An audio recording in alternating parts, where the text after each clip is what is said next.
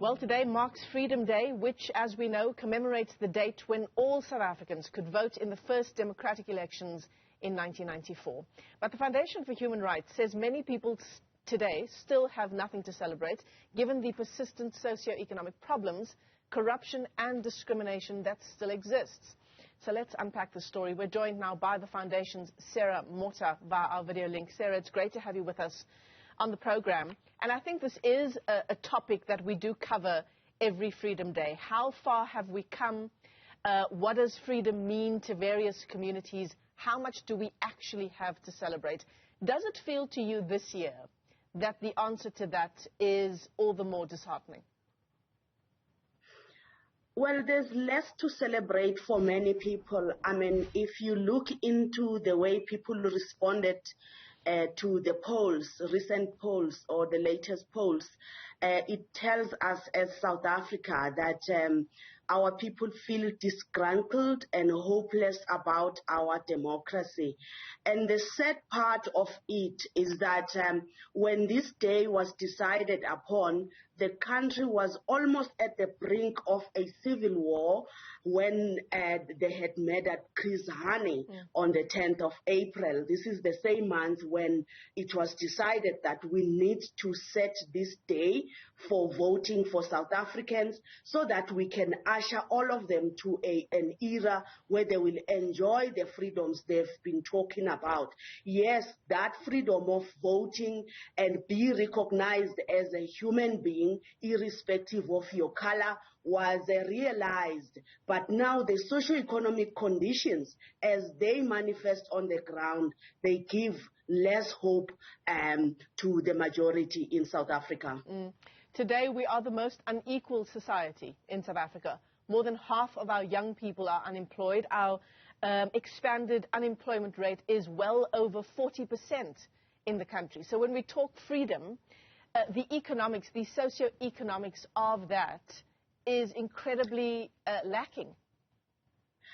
The socio-economic conditions are dire. I mean, it depends who's counting. You're mentioning 50%. We're talking here 70% of young people who are unemployed. I was in Katlehong on the 19th of April talking to young people. All of them, you know, those that were in the room were unemployed, and they were asking themselves as to what does this education that they've gone through for the past 12 years, even at 3 more years or 4 more years post, matric education, what does it mean to them if they cannot grow and their own food and feed themselves, still depending on someone out there to create an opportunity for them to earn income so that they can buy food.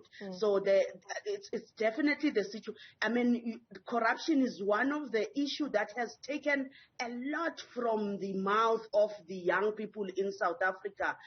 We're talking of 1.3 trillion rands coming out of the Zondo Commission report, money that has been lost through corruption. We're still fumbling as to how much resources can that bring to young people. We know the KPMG report, which I've spoken about it eloquently in the past, tells us that the 28 to 42 billion rands that we're losing just through gender-based violence in South Africa can give all of our young people opportunities to do something, let alone that it can build 500,000 houses for people who do not have homes. But also it can additionally provide children's grants for about 7 years. I'm talking about a budget for just a year that we spend on gender-based violence. Yeah.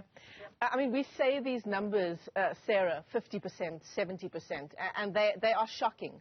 And you've just described what that translates to in terms of the lives of young people, for one, their everyday lives. But what about when we talk about their psyche, Sarah? What does that do to a young person in our country? We talk so much about Freedom Day, about democracy, about how far we've come since apartheid. But what is that kind of number, 70% of young people, what does that do to their psyche?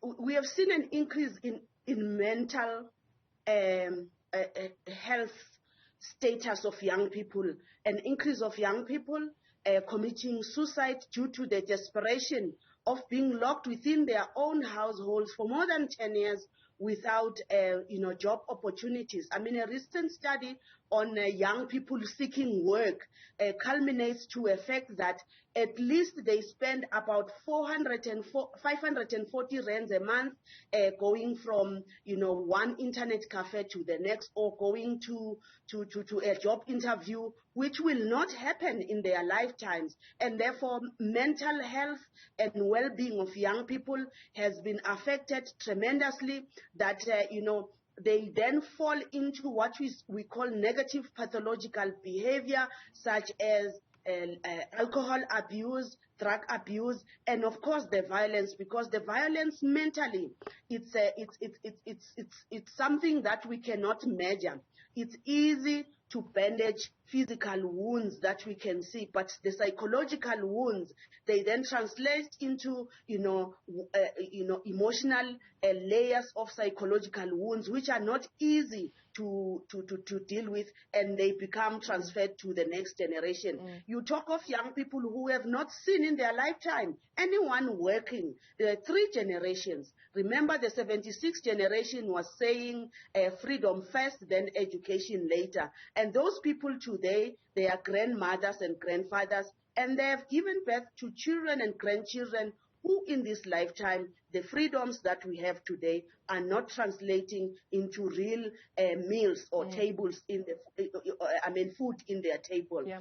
Just before COVID, I was in Isaac Morrison's in Soweto with the Ward 4. One of their community leaders confirmed that the ward is economically stressed by 2 issues. 97% are economically stressed by 2 issues. One is poverty, no food on the table. In fact, some families are skipping meals, just ensuring that the children are eating. Only 3 meals per week. And that tells us that, no, the situation is very dire. 97% of communities not having anything to eat, and secondly, crime caused by those that need something to eat and then take from others. And I mean, Sarah, everything you're just telling us is just a snapshot, isn't it, of a problem and a scourge that is much wider and much deeper. We're just scratching the surface in the conversation we're having now. President Cyril Ramaphosa is in Middelburg today, in Mpumalanga. He'll be giving his Freedom Day address there. And I wonder, as the Foundation for Human Rights, what can he say at a time like this as the president? What we're trying to do at the foundation is to anchor the narrative of, active citizenry. We just also came back from Eastern Cape, where we were, exposing the assets that exist in communities. So now it's no more messaging that are so, intellectual. We need practical action. Yeah. So what we're doing in the Eastern Cape, we're anchoring the communities with knowledge to realize the assets, such as the available space in front of their, yards, or even in what they have now as flower pots to grow food, to understand that, to have food on your table is not something that is far-fetched from you. It's something that you can start growing from the seeds of the, vegetables that you are eating daily. You can take them and then put them back on the ground and then, eat something, in the next few months. It's something that we see it as very difficult, but to those that are doing it, it's something very easy, and it can be done in our lifetime, not even in a year, but within 3 months. We know that is possible. And we're looking into a situation where climate change is a reality. We don't need to talk about it. We need to adapt mitigation strategies, such as those low-impact lifestyles, the lifestyle where people know, for example, that certain plants such as vetiver grass, they can prevent soil erosion. Even when it's flooding, they can hold on to the to the barrier of the earth. The information is out there. It's just how we translate it into simple tools that people can use to empower themselves, largely at the level of your table in front of you, because you cannot owe the stomach.